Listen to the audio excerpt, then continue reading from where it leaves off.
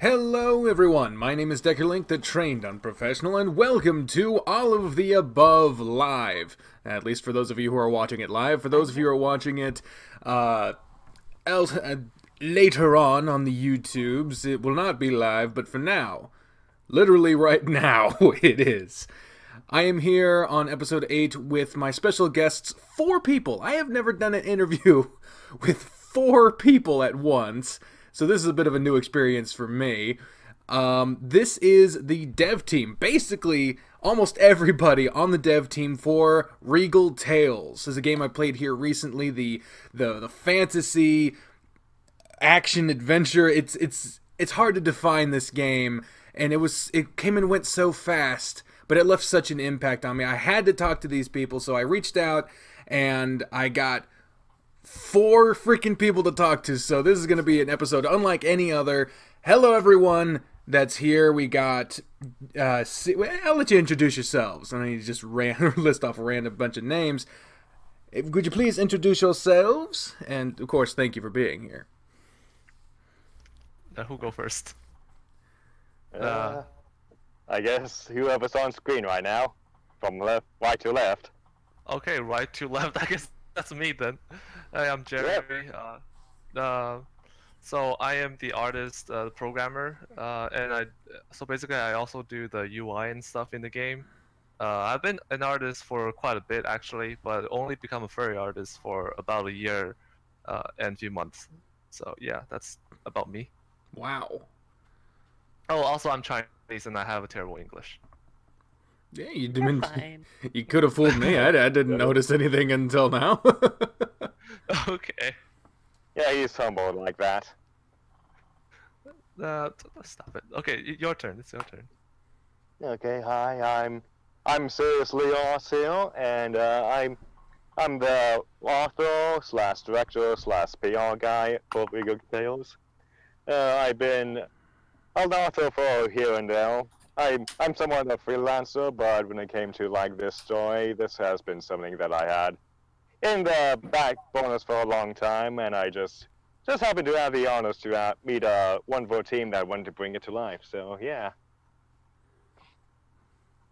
Awesome. Hello, Hi, my name is Ember. I'm an artist, but for this, I'm the composer. I'm the composer for this. So I'm excited for that. This is a fun project to work on. Terrific. I'm Destiny. I do the co-writing with Siri here, as well as do editing and such. Just going over the story and everything. It's nice to meet you all. Or sorry, not you all, but meet you, I guess. It's just nice. Everybody in the side. Everybody. Even people who will be watching this later on that we don't even know yet. Time is crazy, man. Now Everybody now just giving me the vibes of giving like a high school presentation right now, and I'm nervous. It's okay, you got this, Jerry. Don't worry. Once we get past introductions, it'll break down and it'll be a lot easier to digest much later on. Yes. So I guess the first place to start would what?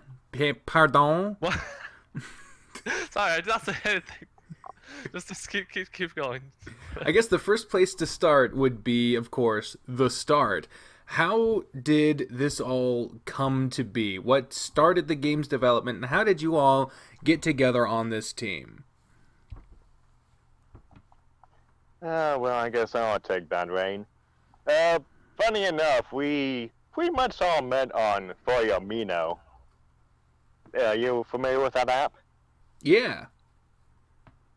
Yeah, basically at some point, I was promoting some other stuff that I was doing. I'm somewhat like what you would say Princess Carolyn from BoJack Horseman. Like, I like to promote stuff, and just at some point it must have been so well enough that caught the attention of Jerry. We actually found each other on the game developers Amino app, and he sort of had some interest on getting into visual novels. I had a little history in regards to that, and I sort of helped him ease into the idea, and that's how we met. And funny enough, we found Ember on Foyamino as well, so that's how we found him as well. Yeah, I was just perusing. I was actually looking for commissions at the time, but then I saw that there's this game in development, and I was like, oh, I should see if I can do the music for it. And then I talked to Siri, and I sent him my music, and he's like, yeah, absolutely. And here I am. So how I met Siri is basically through. It's not Firm, Actually, it's on a game dev Amino. I saw his stuff posted on there, and I thought maybe I could help out. But then later on, he sent me like a story, and yeah, that's how. Oh, wait, that's for another question, I think. So yeah, that's how I met him on a game dev Amino, actually. Awesome. And of What course, about Desi? yeah. Sorry, I actually unplugged my laptop and I just rejoined the call. Oh, well, welcome What was the back. last question? I'm really sorry. We're just doing introductions. How did? So like how we met? Yeah, how did how we you met. become part of the team? Oh, okay. So this is actually really interesting. Jerry and I are in a similar Telegram group for locals, for a convention that we go to locally, and I just happened to be looking in the chat when he said he was looking for a possible co-writer to help out with the story because Siri's really busy. So I thought, I'd give a shot at it because I work as a game developer on the side as well, and I also enjoy storyboarding. I've heard of Regal Tails before, and he introduced me to the story, and I was really hooked on it. So here I am. Terrific. Welcome to the team. Yeah. Yeah, So. I'm Siri. Mhm. Yeah. What's going on? Your audio level is still super high. My voice is like my voice is like a foot away Oh my from god. my mic. just like Just throw Go a to your- blanket over it. you can go to your setting and turn down your input volume a little. I'm using my phone actually, because that's the best mic I got. Okay. It's all good. I've I've heard plenty Yeah, of just- phone interviews before. It's okay. yeah, just a foot away.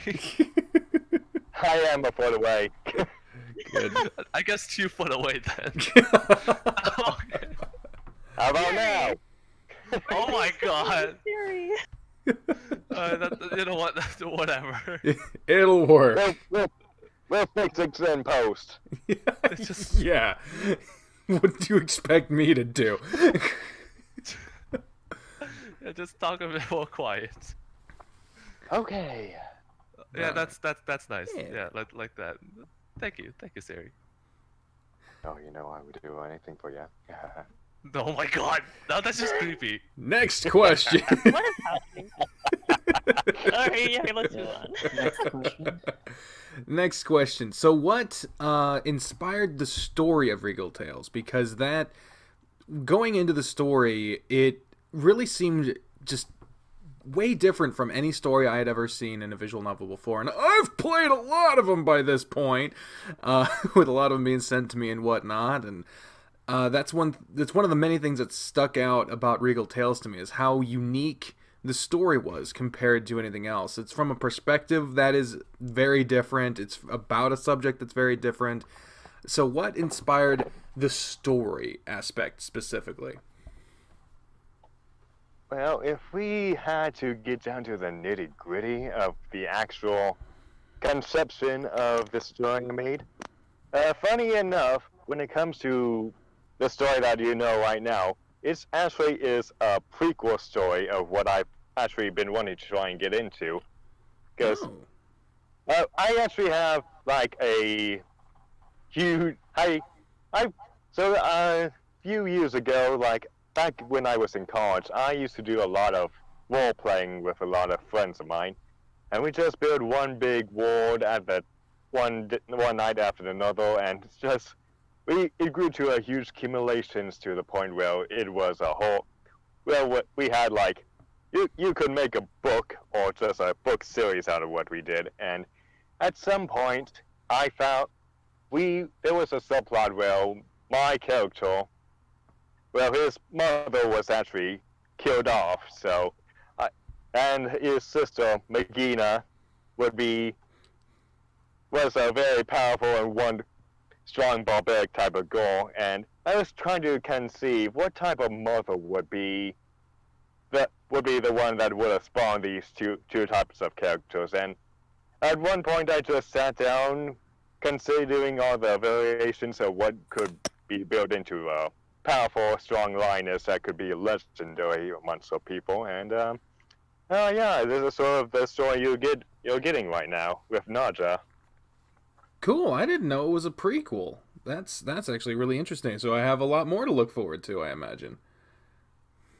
Yeah, possibly. Like, originally I wanted the story to be a webcomic series, but Jay did not really feel like he could have the know-how to do a proper web series, so we settled down for a virtual novel and something that he felt he could be excelling well enough at it. And I can say I can be ashamed with it because what he's done so far is amazing. So, so maybe after down the line we could continue on into a web series or maybe more. Who knows? Yeah, the future's wide open, infinite possibilities. So that being said, I had been looking at Regal Tails for a little while. I have this long list of games that people have been sending to me, but I also look out and see some of these Patreon in development kind of games, and Regal Tails was one that had already stuck out to me before anyone had reached out to me to play it. But when I was reached out to, that's when it got bumped up to the line, because that's when, in my mind, people have struck in interest in at least seeing me play their game first party. So what specifically led you guys to reaching out to me? Yeah. I was just... that's like I said, when I quoted myself to be like Princess Carolyn from BoJack Horseman, like I really love the idea of trying to push my guys' product to anybody. Like, if you looked at our Twitter or any of our accounts, that I've always tried my best to push either Amber or Jerry, any of their works. I want them to be noticed at best. And when it comes to just trying to promote these things to people, I just happened to stumble upon you. I saw some of your videos and just thought, hey, I really like the sound of your voice, and I definitely would like to see if something like this would be tickle to your fancy, because we kind of still want to test the waters when it comes to how far our story is going and see how other people react to it. Oh, nice. Well, thank you. I appreciate that. Yeah, of course. Yeah. So this is the part where I try to widen it out a little bit, because there is a interesting thing that happens when someone has an idea and they bring it to a team. Everyone's individual creative endeavors turn the original idea into the collective's idea. Sometimes it works a little better than others. Sometimes people just have ideas that are way too out of the box. Sometimes people don't bring anything to the table, or at least they want to, but they hold back a little too much. So I wanted to ask some of the other members that weren't a part of the initial idea about some of the difficulties in bringing someone else's story to life through your individual creative processes. Okay, should I answer that, or? I'd like to hear everyone's view on that one. Okay, so who go first? Okay, I guess I'll go first. Well, since you're you were kind of the artist, the first one to join the team with Siri, I guess it'd be more appropriate for you to start. Yeah. So I guess the main difficulty is that I don't really know what he's thinking when it comes to the visuals. So we have a couple.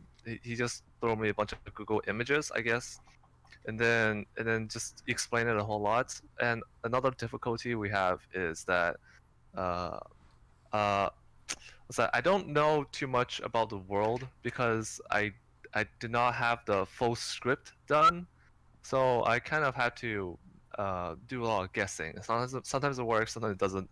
So it's more of a trial and error thing. Mm-hmm. I think a lot of it comes down to like communication as well. Yeah. Because... Sorry, go on. Oh, you go on. No. Like, just to compliment what you're saying, like you and Siri talk a lot. Okay, right? so. Mm. Yeah, we talk a lot. What? What I mean is, when you're doing the illustrations, I find like a lot of it really works out with the story, even though it might be Siri's story, because you guys communicate a lot about the story together. And that's what's great about this whole team, is because we're able to communicate that sort of thing together. Yeah, I would most certainly agree with the communication aspect, because, you know, I can read the script and see what the mood of the scene is, but seeing Jerry's visuals, to me, is more like scoring a film, which I have experience in, so it makes my job a lot easier when I'm able to see what's going on. So, you know, there's also a lot of visual communication that goes on just from that, which again makes my job much easier. Nice. Yeah, we did have a bumpy start at first, but over time we did find a few better means to communicate and definitely get the map spread out more better, so everybody can have an understanding towards it. So Definitely. So yeah, when it comes to like what Jerry has been doing, like he hits the nail on the head every time in terms of visual.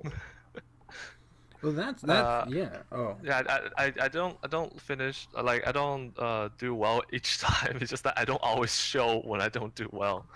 I think you also, do a very good job. Well, maybe. Okay.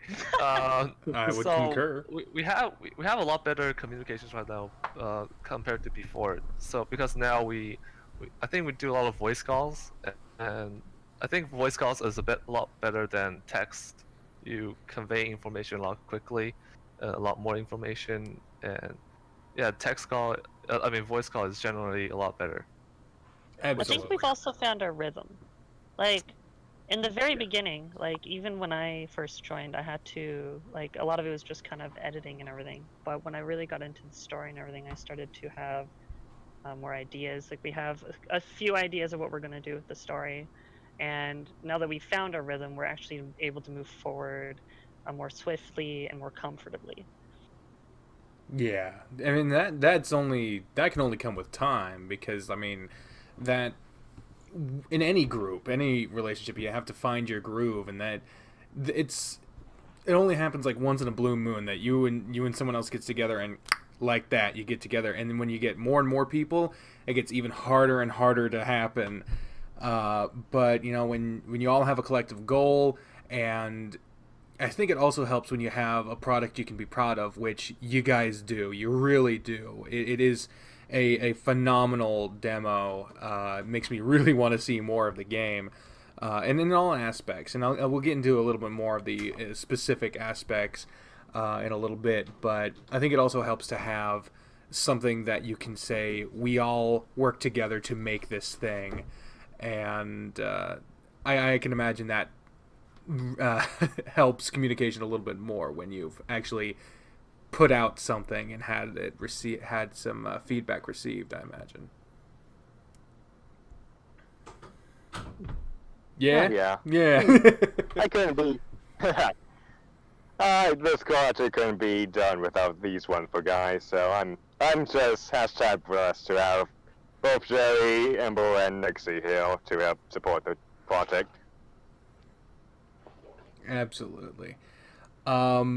So getting into the specific aspects of it, one of the things that stood out to me almost immediately when I opened the screen, the first screen of Regal Tails, you get that marvelous animated screen with the art that just, it's so striking right off the bat, and you get this phenomenally, and I hate to use the word because it's overused all the time, but this epic score that really makes you think, I just started something, I'm in for a freaking adventure. I could not, I remember when I first opened it up, I had to do something else, or I was setting up a stream, and I just had that music in the background, and I was just like, I gotta finish, I gotta do whatever I gotta do to get to this freaking game, because it's pumping me up. So I wanted to ask first about the soundtrack. So this would take to Ember.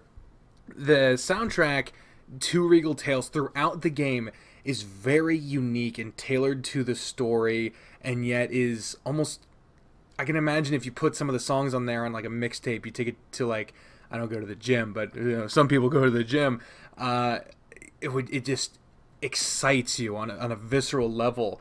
So I wanted to ask about your process in creating these scores, because you said you've scored film before, and you're also an artist. So this isn't... I don't know if this is your main focus, or if your visual art is more...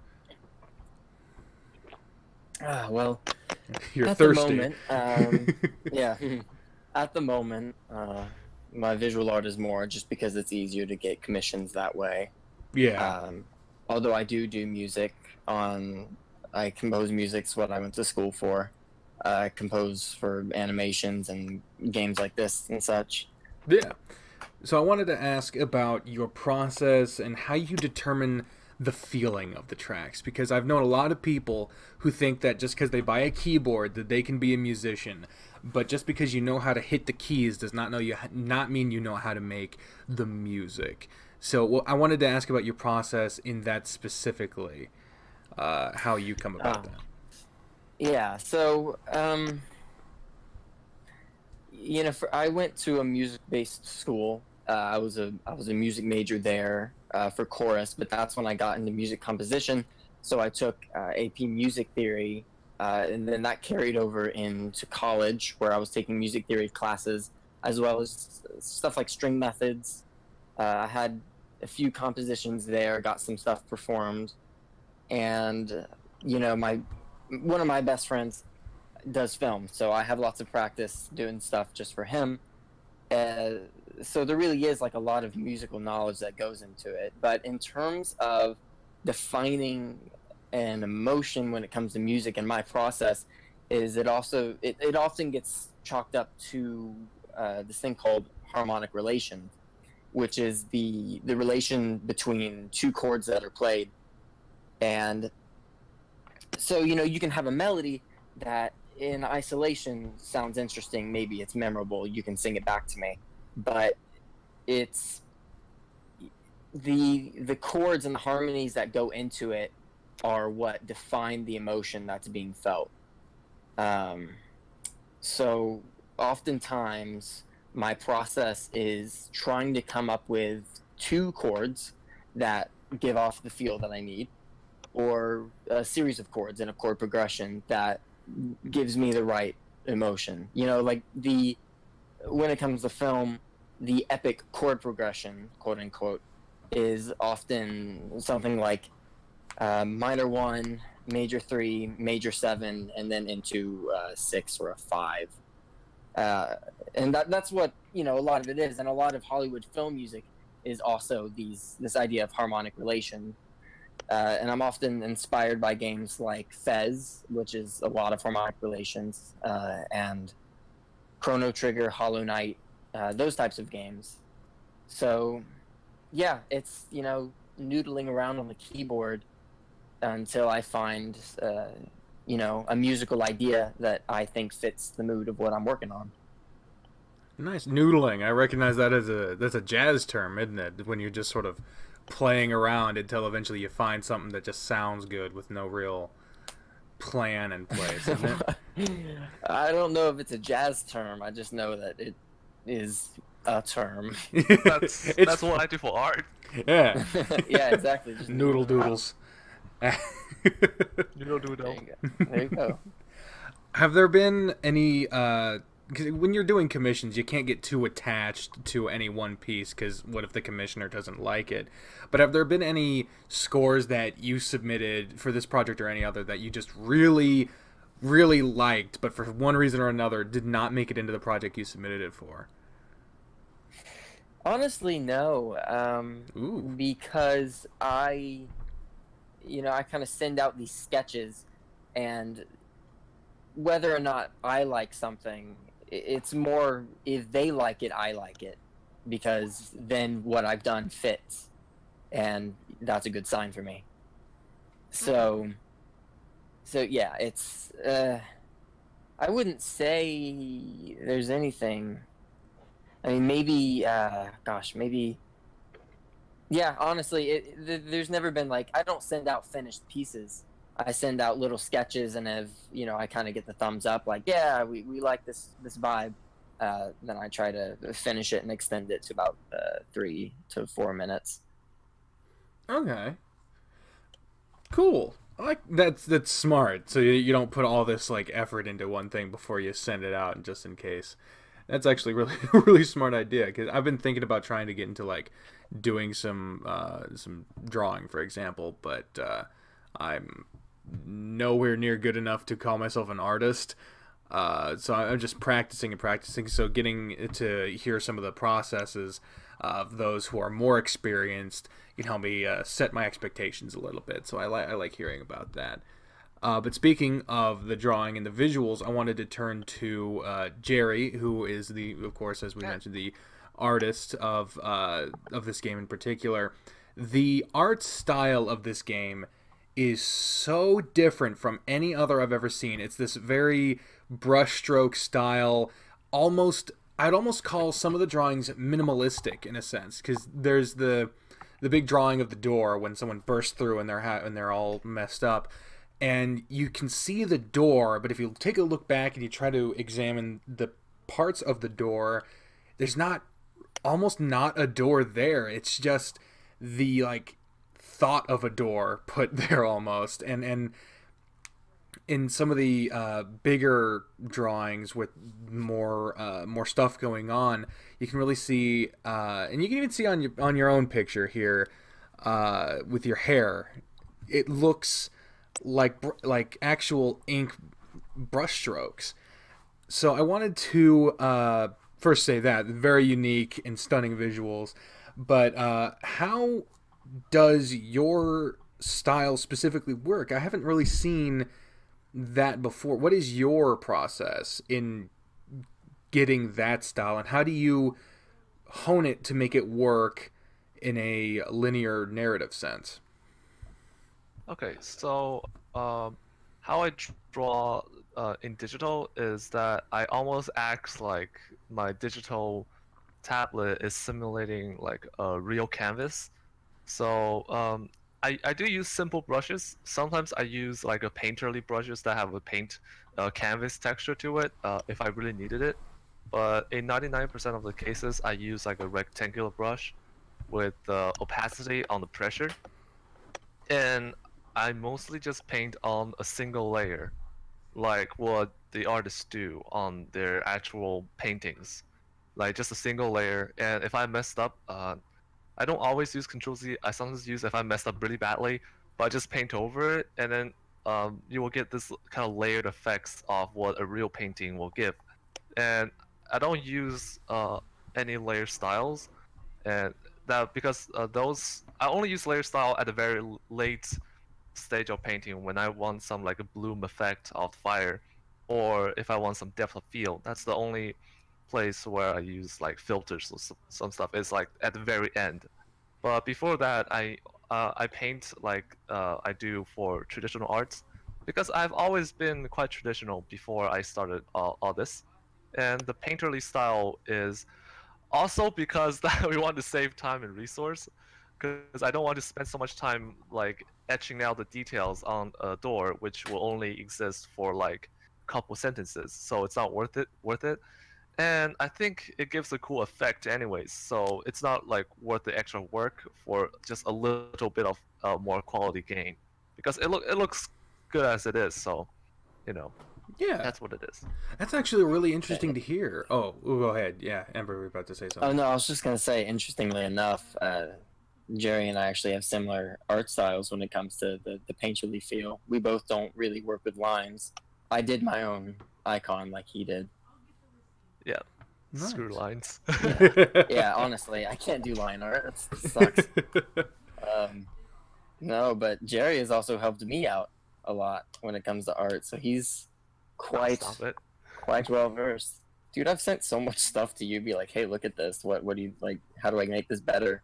I mean, I don't give too much I don't give too much quality advice. Because I told you some things earlier, and then after like a few months or something, I was like, oh crap, I think that's not right. I just told Amber a bad habit that I have. Oh no. Secretly sabotaging me. Oh man, got to keep the competition down. That's actually very interesting because I have a really good friend of mine named Ivy. She's the official channel artist. She's not the one that did my my icon here. This icon is done by Shirkoi, who is actually the guy behind the visual novel Repeat. But my friend Ivy, she put out a not a web comic, but it was part of her final for school, and she put out this comic, and when she gave us our copy, she was like, look at this. She had a drawing, and it was just like, what is this? It's like, do you see anything in the background? I was like, kinda. He's like, there's 27 layers of kitchen shit back there that I went through line by line, and then I had to color it all out, and you could barely see it, but I had to make sure it's there. I've seen people drive themselves fucking crazy going layer by layer by layer, and to hear you guys do it one layer, that is fucking insane. Like, I respect, because there is no fucking around when you got one layer. It is your one shot. Okay, I think that's the beauty of art, right? Like happy accidents. Sometimes when I messed up, it actually ended up looking nice. And quoting Bob Ross. What? Happy accidents. Yeah. I'm actually not quoting Bob Ross because I hear people say that all the time. So I was like, my art teacher, she says all the time, happy accidents, because I always mess up my painting. Are you talking about Kara? No, my high school art teacher, because I just came out of high school. I was like, I don't remember Kara saying that. Okay. So, before I also, go ahead. I was just gonna say that before, when I was first started doing art, I also do like a million layers to draw something. Like I will have all the color on one layer, all the shading on the multiply layer, all the lighting on the add layer, and the color dodge, and like everything. I thought the more layer, the more tools I use in Photoshop, the more I'm getting out of it. So the more sophisticated I'm gonna be. But like, no, that's wrong. You just have to be, I guess, skilled about anatomy, color, and everything. And it's very hard to control once you have so much layer. Once you want to change something, you have to find a layer and do everything. It's just a pain. So actually painting one layer is way easier. Yeah, it was actually Jerry that got me out of that habit. I was like, oh, what? Because I was trying to figure out shadows and like shadow colors, and lighting environments, and I was like, oh, like what layer modes do you use? He's like, I don't. I'm like, what? So it forces you to actually go out and learn how objects react within their particular light environments, and then just paint it all in by hand.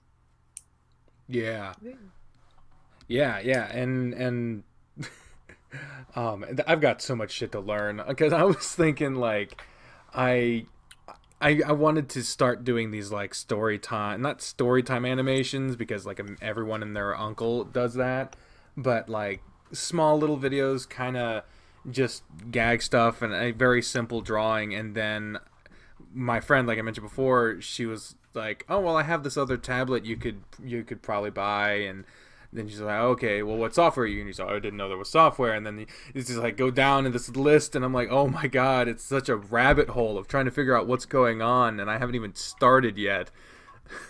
It's kind of intimidating when you look at it from that perspective. And yeah. Oh, go ahead. Oh no, I was just gonna say, the thing about when it comes to art, and part of what makes Jerry such a good artist is Stop. something. Well, I was really thinking about this. I was trying to think, in this era of modern and abstract art, what counts as art? And what I boiled it down to was, if it tells a story, then it's art, because art's purpose is to tell a story. And the visual, and well, I mean, with anything, honestly, with writing, you're trying to communicate this idea. and with visual art you are as well. And Jerry's very good at getting this story across to you in his paintings. So when it comes to starting art, you got to ask yourself, what's the story I'm trying to tell? And that also goes into the music, the music aspect of things, trying to communicate the story through harmony and rhythm and dissonance and whatnot. Absolutely, and thank you for that. That is very useful. Thank you. Very useful advice. I'll try not to be intimidated. Another thing that's kind of intimidating me is I wanted to kind of get into learning Ren'Py because I play a lot of these visual novels, and a lot of them run on Ren'Py. But looking at Ren'Py as a program from the outside, not knowing what's going on, kind of looks like a clusterfuck, and so I get kind of worried about that. So switching over to someone who has to go through and edit in a lot and co-write and go through and figure out these little bits and pieces in Ren'Py, and it runs on Ren'Py, I imagine. Yeah, is that? I'm trying to remember. Oh snap. Oh, okay. Sorry, I saw something pop up. But Regal Tails runs on... does it run on Ren'Py? A lot of other ones do. Checking real quick. Yeah, it does. Yeah. Yeah. So, looking on Ren'Py, I wanted to ask some things about that, because it looks intimidating from the off. So starting off as someone introducing into the team with the intent of being a co-writer, an editor, someone like that, what was the biggest hurdle just entering in there, trying to figure out the specific coding and how to... trying to figure out how to phrase it, because this question made sense in my head, but now that I'm trying to say it, it's not really coming out right. I'm basically trying to figure out what is the biggest problem you faced and how did you overcome it when it comes to learning and navigating Ren'Py on an established project. Okay, on an established project, right? That I'm not really sure, since I'm the writer, so I'm going to answer this question. So how I got into the programmer's job on this project is actually because we cannot find a coder that we find is reliable, that's gonna go through the entire project with us. So Siri is just gonna be lookout for a coder, and while he's doing that, I'm just gonna try out Ren'Py. If it works, it works. And it's actually really easy. There's like a tutorial on Ren'Py. With the tutorial, you can basically do everything. And if you really don't understand the code, you can just copy and paste the code inside the tutorial into your into your game, and it will work. You can have multiple choices. You can have like change this, change that. Everything is pretty easy. But Ren'Py only gets hard once you are trying to do something that the program isn't intended to do. Let's say a self-changing soundtrack that changes between one stage of the soundtrack to another. Like this sentence says something, and then this is what the music gonna sound like, and then the next sentence, the music is the chord is gonna pick up, or the drum will start playing. That's like really difficult. I'm still trying to figure it out.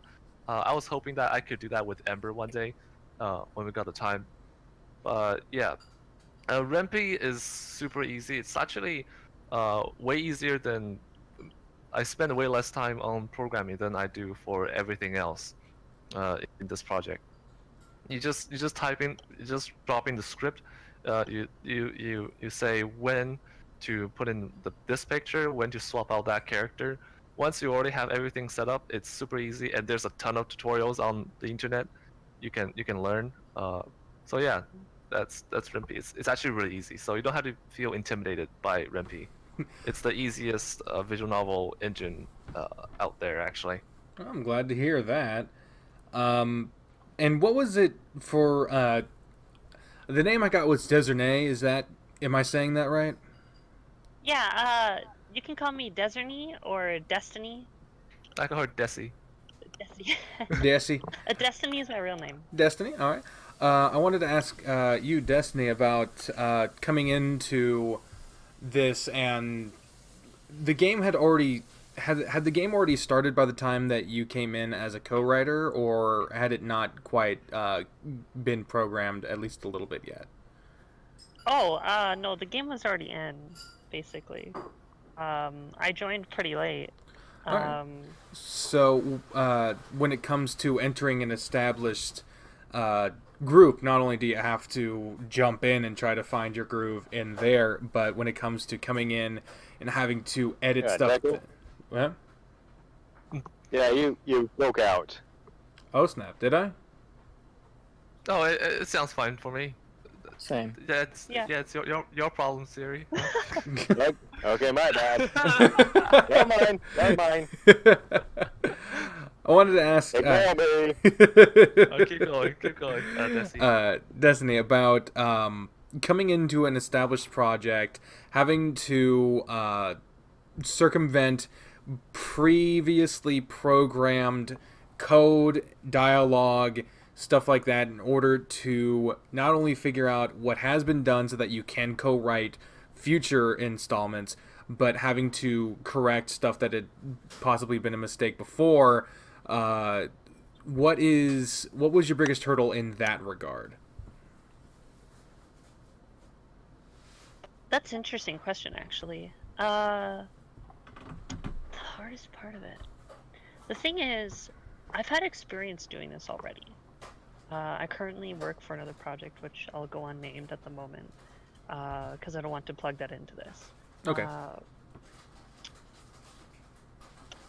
I joined that project pretty late because our development team got it from another developer, the original developer from Korea, who went out of business. So we took on the project. And I've played said game for a very long time. So when we took on that project, I didn't realize there were a lot of things that had to be fixed or worked on. And I kind of just took heed on that myself. So coming into this project, it was a lot easier for me because I had a lot of the guidance from Siri. Whenever there was any questions I had about what he wanted to portray in a certain scene, it was a lot easier to handle because I was able to contact Siri or any of my fellow colleagues about that specific scene or whatever I need to fix. Whereas with the project I'm with, I don't have access to or contacts with the previous developers. I have to do everything by ear. So I wouldn't say there's too many hurdles that I've had to deal with, except for the hardest thing would be the website that we used, maybe. I had it a couple times where out of the blue, all the work would just disappear. Oh. And I was like, okay, well, good thing I've been doing backups. So I'll just do some of the work on the side, and then what I'll do is I'll just copy and paste it over, and then we'll just work over it together. Goodness. But honestly, yeah, it's been great so far. I haven't had too many issues, except for with the website or with any scheduling issues. But yeah, thank you. That was a good question. Well, thank you, and thank you for your answer. So there was something that got brought up in another interview I did with the two-man team behind another visual novel called The Pirate's Fate, and they brought.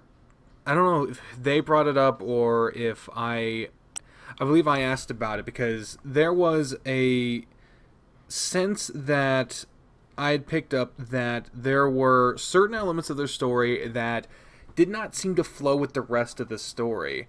And I kind of got a little bit of that in this game with one aspect in particular that I addressed with them, which was the the sexuality of some of the characters and some of the aspects of it.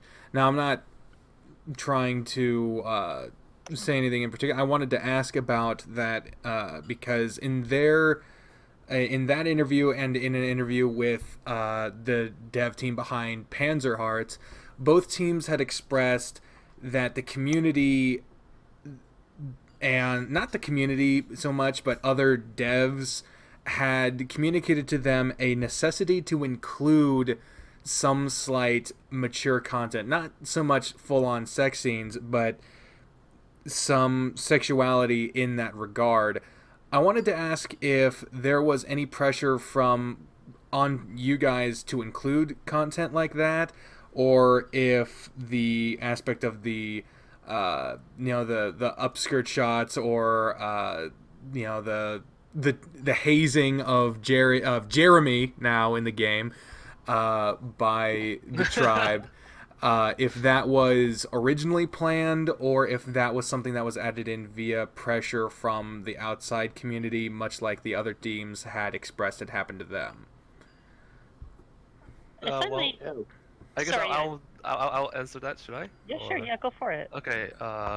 So I guess making Jerry blush, that one, I'm not exactly sure. I think it's not really by outside pressure.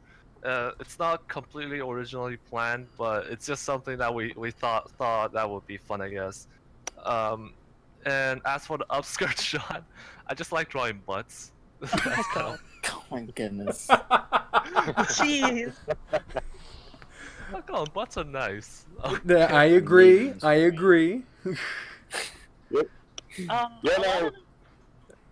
Sorry, go on. Yeah, you're not innocent when it comes to this, Amber. You've done plenty of that stuff. So.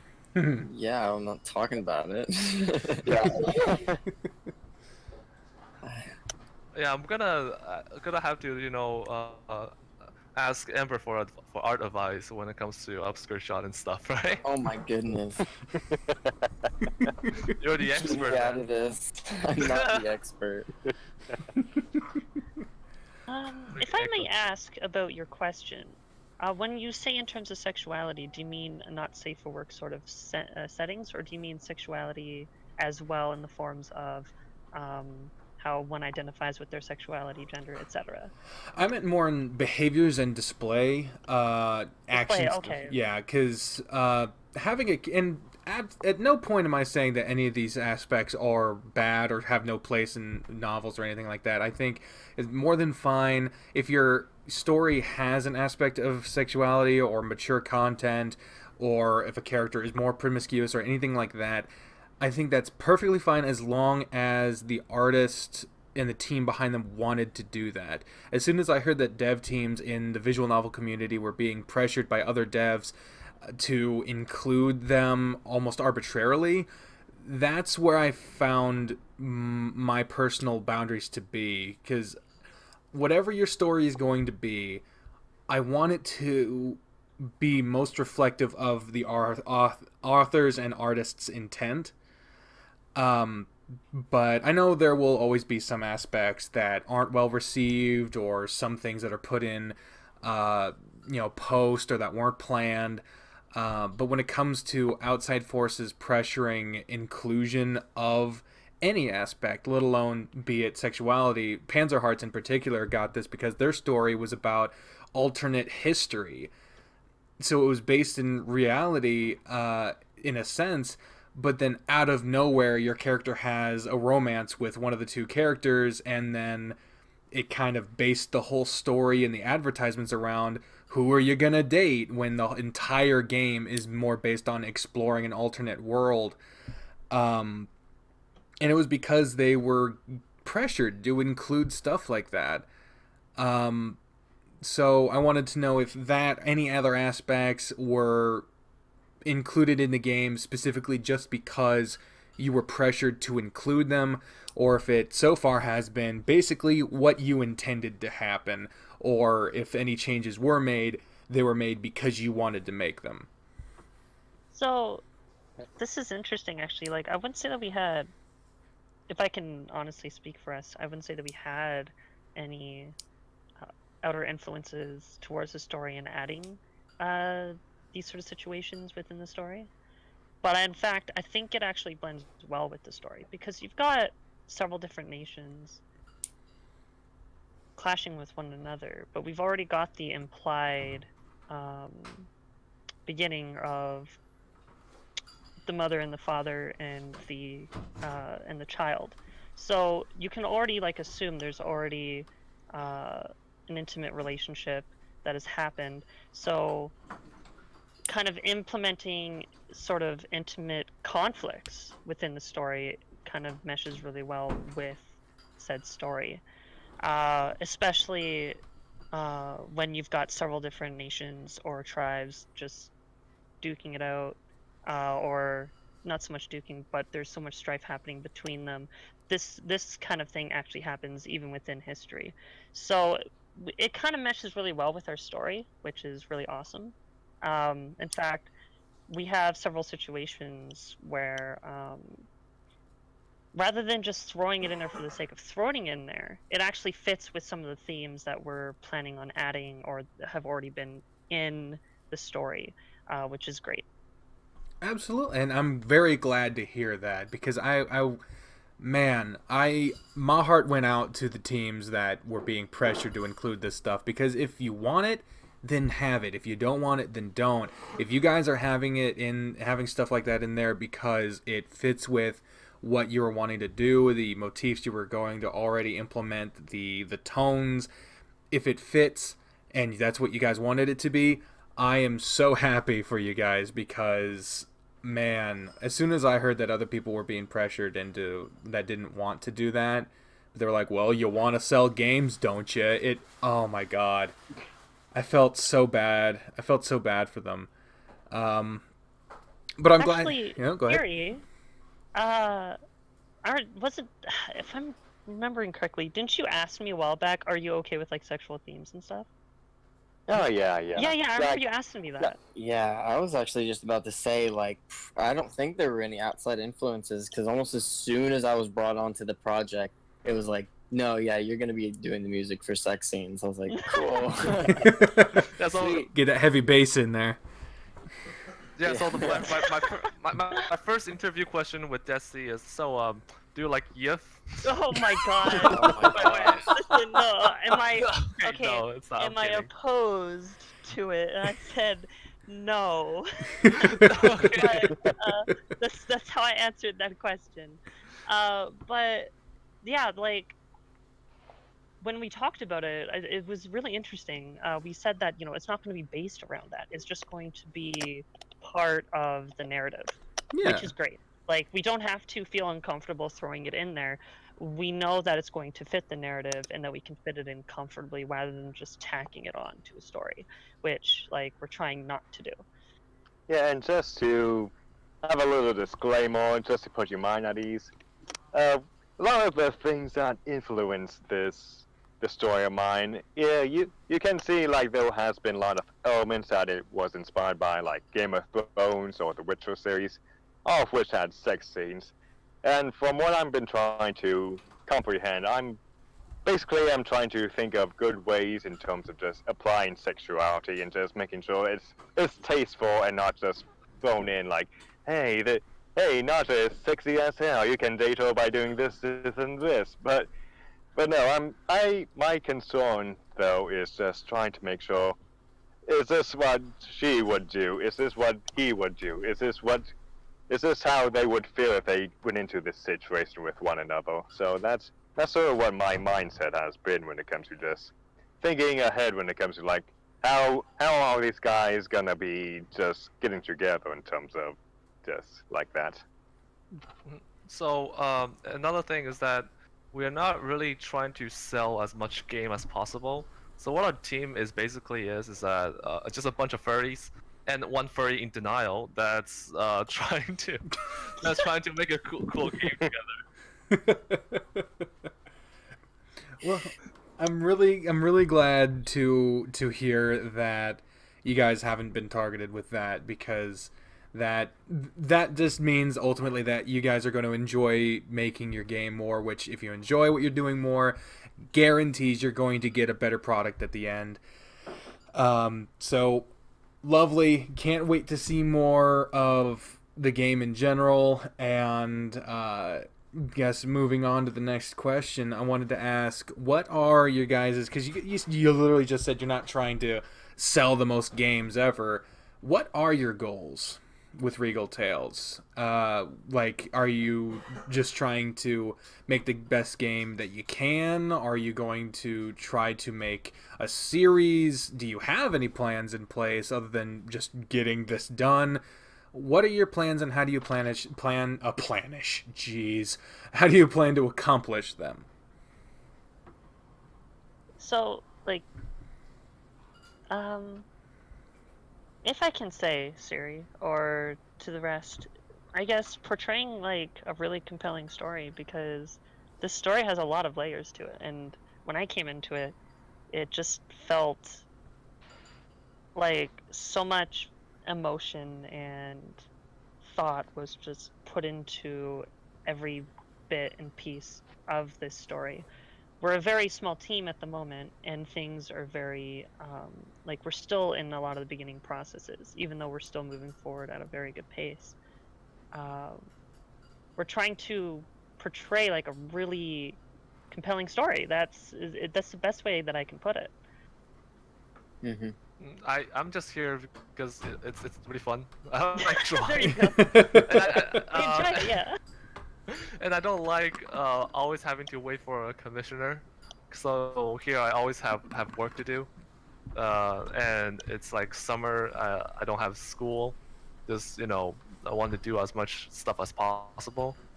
And yeah, it's a really nice story. I always want to do something, right? Like, I don't want to just do commissions and get money and like that. I actually want to do a project of my own with friends, and just basically things I'm interested in general. So yeah, that's basically that. And if the project pays well, it's gonna help me with my college tuition too. So Yeah, there's that. can't forget that. I think my personal goal is really just to, get a really great and memorable score out there. I want people to be humming stuff from it when they're just walking around, which is actually tricky, because a lot of the music in the game so far has been ambient music. So I'm working on making it more melodic, but yeah, that's my personal goal. Nice. Well, Siri, everyone else has set a goal about.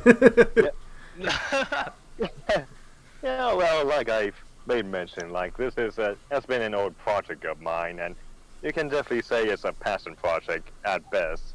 And I definitely want to try and expand into it and just see, hey, if I can make it into anything more, I would definitely enjoy that. But just after just being around these three guys, my main goal now would be, I want to make sure these guys get off their feet well enough that they can go into any avenue after this and just be recognized for this stuff. Because when it comes to my personal preferences, my ethics, I want to be the type of guy that gives, and I want to give these guys the prop they deserve, because I know I wouldn't be here without them, and I just want to make sure at the end of this project they get recognized, and that would be my overall goal, just to make sure everybody is good after this, and just make sure this is something they can be proud of at the end of the day.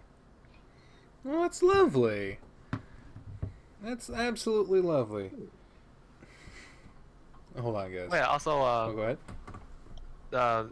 also we can go to a con and just share our project.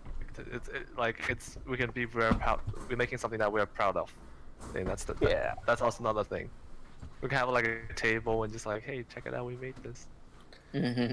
That'd be awesome. That'd be freaking sweet. I mean, that's one thing. Like, as soon as, if I ever get invited to a convention, that's when I know I've freaking made it.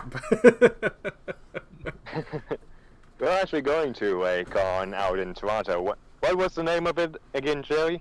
The Infernal Equinox Infernal Equinox. Nice. It's one of the cooler names. Yeah, the what's that? The acronym is not that cool. I mean, it's FE. I'm saying I went to FE 2018, and people just thought, is that the Flat Earth Convention? Oh my Because like FE. You went to fair. Because FE is like Flat Earth. Oh, Just thought I went to the jeez. Flat Earth. That's an unfortunate name. For So. iron. Good lord. We went to the Iron Convention. Yeah. Ah, you're so funny. Wow. This is what you pay me for. This is why I'm part of the Patreon. Oh, jeez. I mean, if you look at your picture, you do look like a jester. So I mean, Yeah. I'm a bard, thank you. you're a bard, sorry. We'll do both. So, of course, with the obvious omission, I'd like to ask, before we move on to the talking back section of this, which is the fan questions, what other projects do you guys have going on? Because, you know, everyone in a team also has their feet dipped into other stuff. And like I said, without the obvious omission that we've already discussed, what are some of the other things? Because, you know, we have game devs, we have commissioned artists, we have writers, we have all kinds of people in here. What's some of the other stuff that people can catch you doing? Oh gosh. Well, for me, I know that my friend who just filmed, he's actually going to be opening up his studio, and that'll be called Studio 11. So you can look out for that, because I'll definitely be a part of that. I'll be co-writing, acting, and scoring for stuff like that. I do my art and commissions. Is this the plug moment? Do I give them my Twitter handle? Well, this isn't the plug your shit moment that you saw on the. I literally have it written down on the interview questions as plug your shit. No, that's at the very end. No, we plug ourselves in the end. So yeah. Got it. Yeah. Yeah. Well, I'm actually. That sounds wrong, by the way. But you can absolutely send me links so that people can, you know, where to commission you or any business contact emails. Let me know. Send them to me, and I'll compile them all in the video release of this. So we can take care of that after the call if you'd like. Cool. Well, Yeah, if you have any- other projects I'm working on, I'm actually doing the score to a short animation by Plaga, or Plaga Nest, who's an animator. You can find him on Twitter and Tumblr and such. Nice. So that's what I'm working on. Cool. Yeah, I would recommend him if you're a big D&D fan, because he does a lot of commission works on that avenue. Definitely check it out his Twitter. I do. Thank you. And music commissions. I can do that too. Yeah. Okay, Siri, I guess, or me? No, Siri. Yeah. You're first. What? Okay. I don't have too much things going on. I mean, I've been learning how to drive lately, and going to college. I don't have too much project. Also been doing quite a lot of commissions because I'm running out of money, because I need to buy furniture for my new house I'm moving into, for college. Oh, fun. Yeah, scary. I mean, the dishes I throw in the sink will no longer be self-cleaning, so there's that. Oh, jeez. I hope I'm not like that.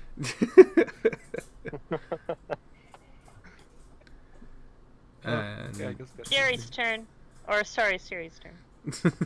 Okay, I can't really say much for me right now. I will be doing a lot of. I've just recently got a new job where I will be doing a lot of traveling, setting up a lot of conventions here and there. But apparently they want me to drive out to Orlando, Florida for setting up a convention, so that will be fun. Dang. Hopefully I'll be able.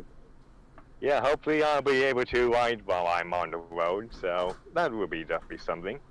Nice. And yeah, I guess I'm not sure what we might be doing, but me and Joey have been invited by a very good friend of ours, actually a good friend of the entire group. They go by Jill H. Yeah. And they, He's great. Yay. Oh yeah.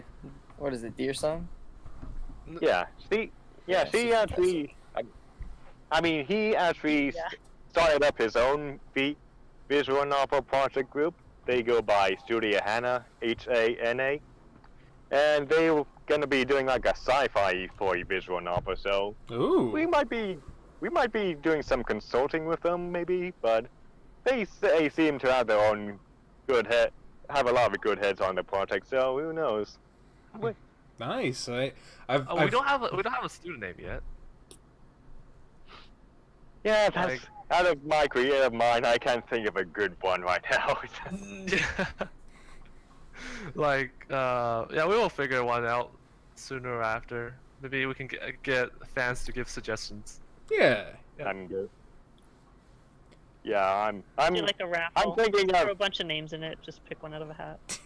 yeah, I'm thinking of all sorts of random names like Lion, Cypher Studios, Studio Gibberish. I don't know. Gibberish what? Okay. Slurf. I don't know. And Destiny, what other projects do you got going on other than Name Redacted? Well, there's that game that I mentioned earlier. Currently, things have been a little on the rocky side because of our CEO, but that, along with I have really important life stuff happening, such as like surgeries and things that are coming up. Oh goodness. Yeah, I'm not gonna I'm just gonna redact some information for that. Sorry, I'm very personal. That's okay. That's okay. You ain't gotta say nothing you don't want to say. Thank you. Well, just no, it's not bad. It's not like it's not bad. Terrible. It's a good thing. It's a good thing. Okay. It's a great thing. Okay, well that's good. Yeah. Just know that definitely we know we'll cease to exist. But yeah, so I hate to not really say the game, but It's okay. I'm really enjoying it. Working on it because I used to be a long-time player of said game, and I was hired on after bugging them for a very long time. One of the head GMs, I just knew him and I just kept bugging him, and nothing was getting done because the original developers had disappeared. So they were scrambling for people and I kind of joined the team. And I'm really enjoying working on this project right now because I enjoy writing a story and I enjoy seeing what else can we do with whatever we have and whatever resources we have. And we have several ideas which I'm really excited that we've come up with that we're going to be working on as soon as we can actually pull in the resources for such a thing. I'm talking about Regal Tails now, sorry. I should probably say that. Yeah. What was I saying? When you talk about how much Regal Tails stands out to you and the story, the visuals, the score, everything, it just actually makes me really happy. Because I can, something that I can actually contribute to. Is that someone's looking at it and they're like, wow, this is something that I can really enjoy, and it makes me really happy to hear that. Absolutely. I mean, Regal Tails is unlike any other visual novel I have ever played, and I mean that in the best possible way I can. It looks, sounds, smells, unlike anything I'd ever seen. Unlike it. I don't remember programming that in though. Whether it was intended or not. You don't even know it. Yeah. It really has a life all of its own, and I consider, although it didn't have that many episodes so far, I consider it one of the best games I have played on my channel so far, and I really, really can't wait to see more out of it. You guys have done a phenomenal job, though, so far, and I know we have nothing but great things to look forward to, but enough jerking all of you off going on. Let's go to the next... Let's go on to the fan questions. I have highlighted a couple here for us, to look at. The first one comes from a user by the name of Trojan, who asked... Hey. Yeah. No God, right? Yeah. They asked, does the story have any relation to your own experiences? Okay, well, that's somewhat of a interesting question because it, just curious, when you played Regal Tails, did you just do it the one time overall, or just did you try multiple routes to see if there was any content to do? Oh, I plan on doing more off of the recording. I haven't yet, but that's because my school just started up, so I haven't really had a lot of free time. Like, before we were doing this, I was doing schoolwork, and I'm going to be doing schoolwork as soon as we're done here. But I know there's a lot more stuff to look to look into, and I do plan on doing that. Okay, well, it's not necessarily implemented that much, but it does hint at it a few times if you read between the line. But there's an underlying theme between the story if you keep your attention well enough, and that is like there is a theme of like domestic abuse embedded into the story. Like if you read between the lines, you can see like, hey, not just people has been pushed aside, she's been told we don't need you, this is what happens when you start thinking for yourself, that type of thing. Yeah. And that's something that I sort of had to grow up with my mom. Like she did not abuse me, but she dated a guy that was rather just took advantage of us at so many points. Like it's really crushed us to the core, but to the point that even she just couldn't take it anymore. But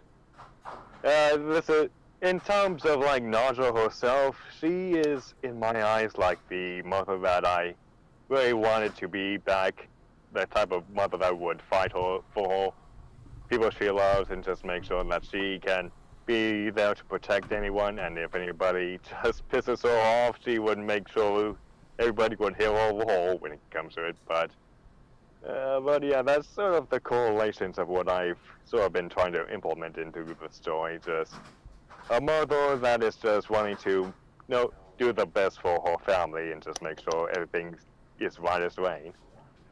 Man, that's some heavy stuff, man. I'm sorry that you grew up through that. I've It's okay. fair bit of a little bit of a correlation there. I won't go into anything just for the sake of not making this all about. This isn't therapy for anyone. It's okay. But that's something that I've always found fascinating about novels, visual or otherwise, is the ability to implement themes that may or may not actually be overtly apparent in the actual narrative events, but so much in the dialogue, the feel, the stuff like that. It's not because the idea of implementing domestic abuse when the story doesn't include literal like like a married couple or doing anything like that. In fact, you're showing one of the most dedicated mothers ever depicted, as far as I've seen, to include that kind of dynamic on a continent-wide war scale. Because I did pick up some language like that. This is what happens when you have an idea for yourself, or this is that's I absolutely love that. I absolutely love that part of narrative. The next question comes from Dirk the Red Panda, and they actually had a number of questions, but they are all there's 3 of them. That's the number, and they're kind of I don't know. I'll just say them, and you can figure out what I'm trying to say here. The first one is, do the politics in Regal Tails reflect any views of real-world politics? To an extent, like, as I made mention when it comes to, like, the overall theme and narrative, there will be a lot of deviations to, like, the different types of domestic abuse, but it would also be in tied with some other aspects of the storyline as well. Like, say, you remember the religious iguana bishop guy, Kroon? Yeah. Yeah, he will actually have a more bigger theme to come down the line, and kind of see it. You can kind of see it being like the Templar's Crusades of olden days. Like we're gonna get into that types of like corruption in politics and blasphemy, and just using religion to just get your ways and manipulate people into believing what you have to say. And basically, at this point, like I made mention, I took a lot of inspirations like from games like Games of Thrones, and just kind of implementing that type of narrative as well into this type of story, instead of just the war aspects of it. Yeah. The next part of Dirk's questions was, are some of the events in Regal Tails allusions to historic events? I guess I would go right to what I just said about the Templar's Crusades on, like, Jerusalem or something like that. Sort of like the Holy Crusades. That's sort of what I guess I sort of correlates with what that says. Yeah. And then the last part was, how would you say Regal Tails reflects or deviates from historic forms of power, like monarchies? Well, I can't really say in terms of, like, all the monarchies that I know of. Like, if you wanted to get down to, like, the base line of their power, like, you can say, like, the kingdoms that you've run into first, like the Jaguar, the Rooster, Bishop, Queen, they're all, like, I guess you would say they're like a confederacy of, like, kingdoms. They all were on their own aspects, but they came together when shit went down, and they were just sick and tired of the Empire, the Valor Empire, and they were just doing what they can to take advantage of the chaos. And basically, you could say that not just tribe, the Sakarans, they're like just the people that are just in the middle of it all. They just rather just dispute with themselves, just want to find a way to survive. And as you can imagine, life is like not that best for them. They're in like a desert plain field, and they just rather just fight for survival rather than just negotiate with each other. So that's you could say, like, I kind of took inspirations from, like, the Dothraki when it came to Naja's tribe. Like, you live with what you can and just enjoy life to the fullest with whoever you can. So. Yeah. Nice. That's very interesting. I honestly, when I got those questions, I was like, "What in the hell?" And so I wanted to include them just in case there was something that I kind of wasn't seeing there. All right, that brings us to our final portion. There was a portion for anyone who has watched more episodes of All of the Above than just this one. There was a section called Playing Favorites.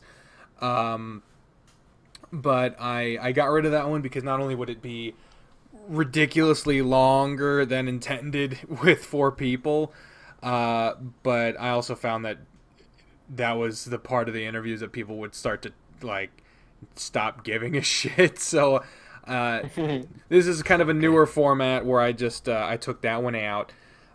So this brings us right into the final questions. These are 2 questions I ask every interview, and this will be for everybody. The first one is a question I've always loved to ask people, going back to, lunchrooms, playgrounds. If you could have any superpower, what would it be? I guess I'll still on the spot then. I would definitely love to have the power for Max from Life is Strange. Like, just the ability to rewind rewind time and just fix any problems, I would definitely love that. There's so many possibilities between that. Like, if you say there's like lottery numbers being posted up, you can just rewind time, get a ticket beforehand, and just get the winning numbers that way. That's how I would use it. Nice. Let's go to Destiny. Yeah. Okay. Like transformation, maybe. Like, ooh, nice. Anything that I want, like anything that I can like really visualize or know of. Like, hey, I can like go ahead and turn into a gorilla or something. That'd be handy. Like, just An animal. turn into like a celebrity and just walk in somewhere and get free things or something. Oh my gosh. Yeah, that'd be great. That'd be great though, right? Or if I want to just get out of a situation really quickly, you like turn into like little mouse and get away or something. Just hope I don't get stepped on. Yeah. I could be a cute little mouse. Yeah. Ember. Oh gosh. Probably, I definitely do feel the transformation thing because that would be cool, like Destiny was saying. Gosh, I don't know what I would actually want though, but I do know that like my friend and I came up with powers for each other, and one of them was essentially it was weird. It's like my molecules were bonded with photons, so the faster I moved, I would turn into this ball of light, and then I could like shoot beams out of my hands and fly. And it was just it was just like this cool superhero idea that we had. Wow. I guess something like that, or just keep it simple and go with the transformation thing because that's just cool. Yeah, that's really cool. That was a really cool idea. You could influence your adversaries with your musical abilities. Yeah. I already do that. There you go. All right, Jerry. Yeah, okay. I guess my super power is actually something that's plausible, but not by humans. I kind of want to be have infinite intelligence, I guess. Have just really, really high intelligence, because I really want to figure out what's going on with the whole universe, how the universe works, like all the little gluons, little Higgs field, like those kind of stuff. And I also want to figure out how, I guess, to run the world-ish, because I feel like I have a feeling that the world is probably going a wrong way, and there's always a better way things can be, and I want to be the one who knows how it's gonna how to change things.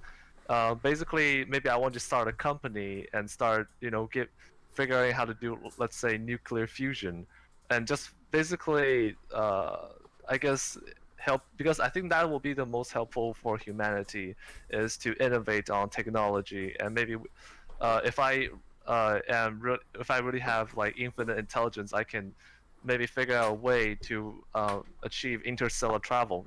Maybe build a Dyson sphere around the sun or something like that. It would be really, really cool, and also cure cancer and other leukemia stuff, because I have a few friends who are dying of leukemia and people suffering from like autoimmune disease. I really wish that there will be a cure, because like I know one day we will have a cure, but it's just taking forever. That's why I kind of wish to have like infinite intelligence, so I can figure out things like this, because I want to know the answer of things. Because there's too much things I don't understand, and I always feel like I'm so dumb with my little ape brain. So yeah. No. Damn. Transform into a supercomputer for you. Yeah. There you go. Which is why I Or really like into a AI. spaceship. Which is why I really like AI, because I feel like AI might have the possibility to do that, or do the opposite, like either cure cancer, be the human's best friend, or nuke everyone. Oh jeez. Like, They want to rule the world secretly. yeah, just make Earth like a fireworks show, like. Yeah, Could be God a Emperor situation. Jerry. Oh, sorry. At least the AI would do it right, you know. Goodness. Well, like, both could be great situations. It just depends if you're Thanos or not. Thanos kills half. You nuke half of the Earth, right? Half of the universe. I'm sure I'd Unicorn. be happy if it was just all. No, yeah. Yeah, just turn everybody into employees. Oh, invest in gene- yeah. Yeah, Invest in gene splicing. That will make the world happier.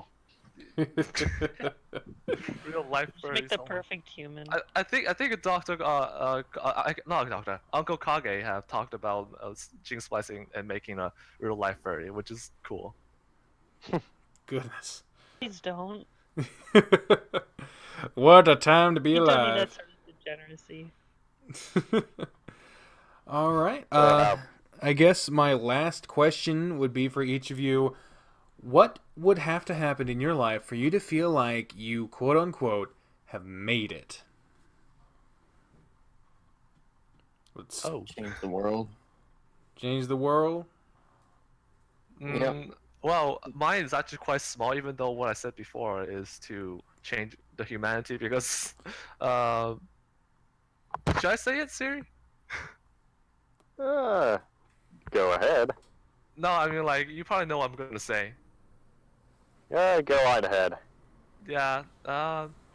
This is gonna sound quite weird and kind of corny, but kind of wished I could live with my I guess friends and family, like furries, like especially with Siri. You know, we can live at a place.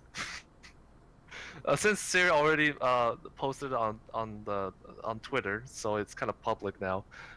We are actually in a relationship, and I kind of wished I could just live with him because right now we're in long distance, which can be a bit of a pain at times. Oh, But yeah. It can be. Yeah, we'll figure out a way. Especially with my traveling job. Yeah, I'm locked down here with college. Ah, God. Everything in time. Yeah. Destiny. Yeah. Destiny? Destiny. I know I'd have it made when I've made $1 billion. impact. Sorry? Sorry. Yeah, $1 billion. No, when I've made a positive impact on society or what we consider like society at that present time. Not to say that like this society is perfect, but if I can somehow make a positive impact and make it a lot more of a bearable world for others, if that makes sense. Because that's kind of like an end goal of mine. Absolutely makes sense. I have a lot of big ideas that I kind of just am slowly working towards. So if someone I got comes a up long to you life ahead of and me. yeah, and if someone comes up to you and it's like, "What's the big idea?" You can actually tell them. What's the big idea? It's like, "Well, which one? I have plenty." That was the worst joke. What? Whatever you want, I have plenty. That can be taken many different ways. But like, it's not that I don't want to be like, here's the thing. I'm not doing it for recognition. I just want to do it because I see like a lot of things that could be fixed. But it's just going to take a lot of time and investment. Oh yeah, I guess we have a similar view on that.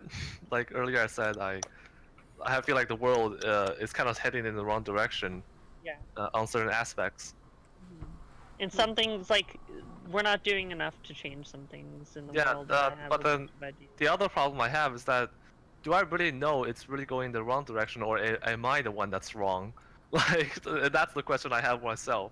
It Like, depends on how you look at it, I guess. because I was like, hey, I think we should ditch the whole fossil fuel thing, and then I was like, is it really a good idea, or is it not really a good idea? Maybe I'm just wrong.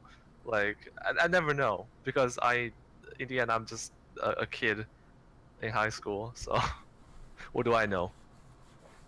Yeah, I mean, yeah, it's everything. Yeah, it's when it's hard to answer. It's hard to answer. That's the weird thing about, like, you get into the question of, like, what is recognized truth, but just a majority consensus of what is to be so. And yeah, because I've thought about this a lot too. Of, like, if the majority of the people in the world were what we now consider to be colorblind, then the people who aren't colorblind would be the handicapped people. They'd be the ones that were looked at weird. It's like, what? You can see that color? What's that? They'd be the ones that get shit. Or not. You shouldn't give fucking handicapped people shit anyway, but they'd be the ones that are looked at differently. If the majority were what we consider colorblind, then it would be that. So what is the truth? Is there a colorblindness? Well, that's the question. Is it just what happens to be the majority, or is it what actually is? And that's some way more heavy shit than than we were gonna get into. Ember, what are your goals? What your goals? What would make you feel like you made it? Kind of similar to what Destiny said. My ultimate goal is, I want to change the world. I want to be a pioneer of something. I want to make the world a better place around me. In terms of feeling like I've made it, personally, I don't feel like I'll ever get there, just because, I like to look ahead, and so. Shoot for the stars. Yeah, exactly. The grind never stops. It's just always just an endless ambition. Yeah, pretty much. You know what? This is actually like I have a better answer, if I may say, like, for me. Sure. I know I made it when I'm on my deathbed. I know I looked back and I said I lived a good life. Like, I lived a fulfilling life. And I said, you know what, I did what I had to.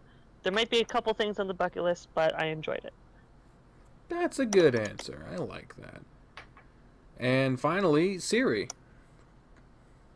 Oh boy, everybody is giving these big philosophical answers, and I'm just thinking to myself, because yeah, those are all good answers, but for me, I'm just going for the micro level in terms of just thinking, what would be good enough for me to just feel like I've made it in life, and like, I've had a number. Surprisingly enough, I've been around in numerous situations that could say that I've made it, but like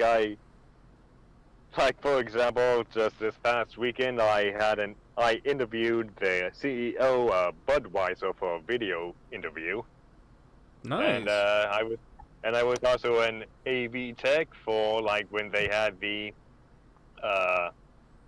2016 interview elections at Washington University. I was there when they did that. I've been around to many big places, but to me it didn't really seem like a big impact for me. But I guess the thing that really made me feel like I've made it, though, would be just getting good recognitions from the community we've made for this small project of ours. Like, I mean, the first thing that made me feel like, I can't believe this is happening, would be when we got some people who actually started doing fan art of our project and asking, hey, can we be a contributor to this project? Like, oh my god, you actually are enjoying this? Like, I'm that's sort of just one of my bashful or humble opinions at this point, because I'm just so overjoyed to see that our work is actually being recognized. Like, we've actually had some people come in towards us asking if they could voice act for this project, and apparently they asked us, hey, gave us some demos of what they did, and apparently this guy that wanted to be a part of our community actually did some voice acting for Very explicit. Saucy. Very, Saucy. yeah, you could say that. Very saucy. Oh my god. Oh my.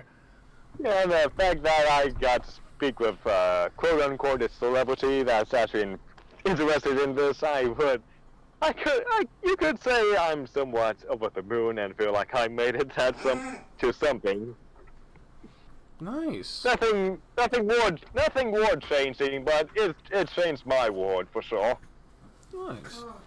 Well, I can honestly say that, everyone wants to change the world or change the world around them, or on a big scale, little scale. You all, through your work, have changed mine. I love your game. I cannot wait to play more of it. You all have left a big impression on me through this interview, through your work, and I deeply appreciate what you guys have done and what you guys will continue to be doing. Very much appreciated. Very grateful to have the opportunity to sample your work, to be able to continue to play it in the future. And without further ado, let the people know where they can commission you, where they can find your stuff. This is the Plug Yo Shit End segment. That's Siri? You guys go first. I guess Desi then. No. Oh my gosh. Okay, well, like, I don't. Oh my gosh, I really don't have much work, or like you can. Oh geez, I have Twitter. You can find me at @Desiree_. If you want, you know what? I'll type it in this chat here. Yeah, I'll put all the links that they put in the Discord chat in the description, so that you can check everyone out, see what's going on, what they're up to, that type of thing. And of course, in every episode of Regal Tails will be the link to their Patreon, so that you can go support them, follow them, so you can find out when the next update is. You can keep on top of all that, so you don't get left behind. Okay, should I give my portfolio page actually? Okay. For it, because I don't have anywhere else that I can except for like my Tumblr, but that just is a personal Tumblr, so I wouldn't really say that it's fair. Okay. I'm trying to guess what's on there right now. Okay. It's just memes. Okay. memes and cute stuff. Like, if you want your daily dose of anti-depression, here you go. You have my Tumblr. Oh. Nice. Okay. Well, I already got mine from Siri, I guess. He's full of memes. Oh my gosh. Full of something. I love you. I let my memes be dreams. Okay. Don't let them your memes be dreams. I guess, yeah, you can find and commission me on Twitter @_EmbersArt. Yeah, I've actually just recently opened back up for commissions after completing some personal work, so Nice. I'm rightfully picking. I guess I will be open for commission by the time this video goes up. So my it's just underscore of @Furiosity, right? FURI. Yeah, there's gonna be a link for that. Mhm. I have like no followers. Oh my god. Ember. I feel you have there. some followers.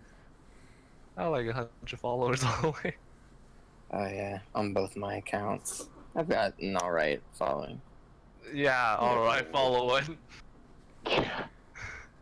It's up though. It's like a tenfold of mine. Eh. And of that's course, last but not least, Siri.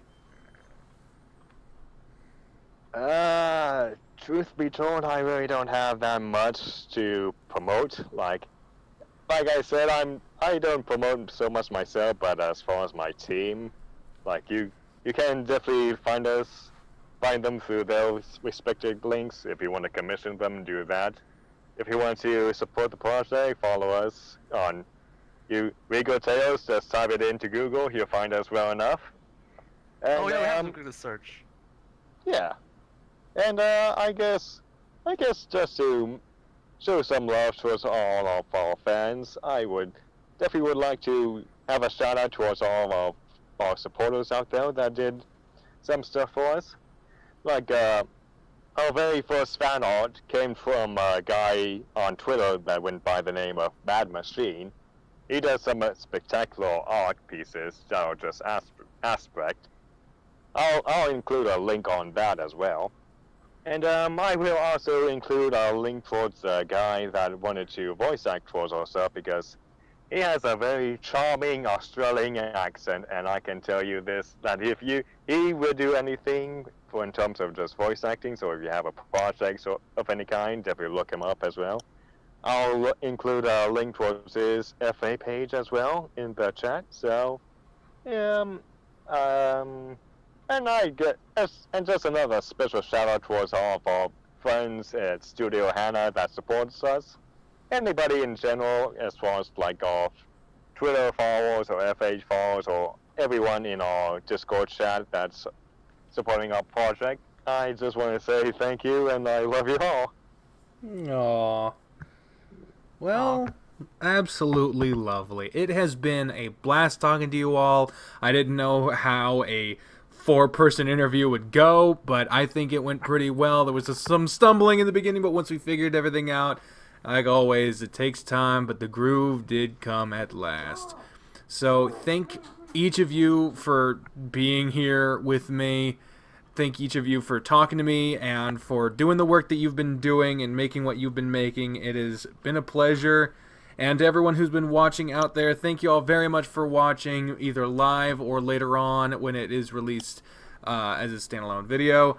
I have been the Trained Unprofessional, speaking for myself and each one of these people when I say until next time, fare thee well. Bye, everybody. Bye. Bye. Yeah. Yeah, bye. No. Bye now.